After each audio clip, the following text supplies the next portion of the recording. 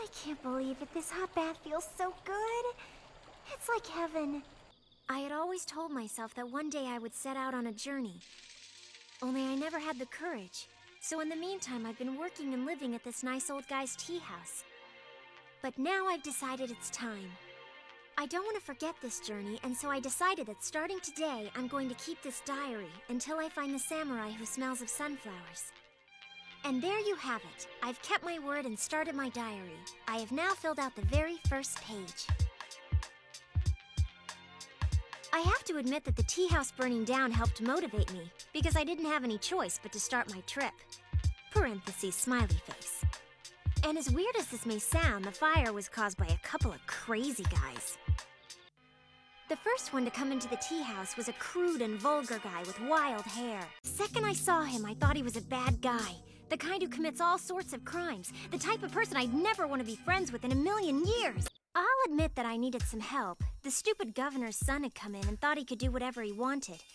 But even so, once he got started, he didn't know when to stop. I mean, he totally went overboard. If I'd known he was going to do that, I'd have taken my chances with the governor's son. In the middle of all this, another man appeared, one with long hair and glasses. Anyway, one thing led to another, and before I knew it, I had set out on my journey with these two attendants, Mugen and Jean. The end. July the 11th. Sunny. Something lousy happened because of those two going crazy yesterday. A guy showed up saying something about Mugen cutting his arm off. And so all of a sudden, I'm this guy's hostage. Jeez. Well, I was a little drunk at the time, so I don't remember too much.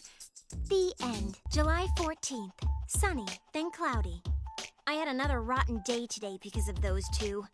It all started when they ditched me and ran away. Thanks to that, I ended up in a whorehouse this time.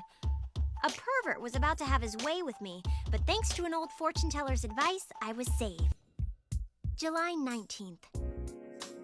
Out of the blue, I was kidnapped and held prisoner. This is ridiculous. Don't you think my life is a little too eventful? You know, I have to wonder sometimes, why do these things keep happening to me even though I have two bodyguards? Those bozos are pretty useless for the most part. I'm really starting to think that I may have picked the wrong guys. I first realized this when we had to earn money for the ferry boat to cross the river. I thought he was kinda cute even if he was a bit of a poser. Maybe that's where I made my mistake. I went ahead and modeled for his ukiyo-e painting, but now that I think about it, I don't know what I ever saw in that guy. Still, he did say nice things to me, which is more than I can say for those two jerks. Yeah, that mess was definitely all their fault too. He said that he was going to get on a ship and go to Holland, but I wonder whatever happened to him. I wonder if he's on that ship right now. Or who knows, maybe he's even arrived there already.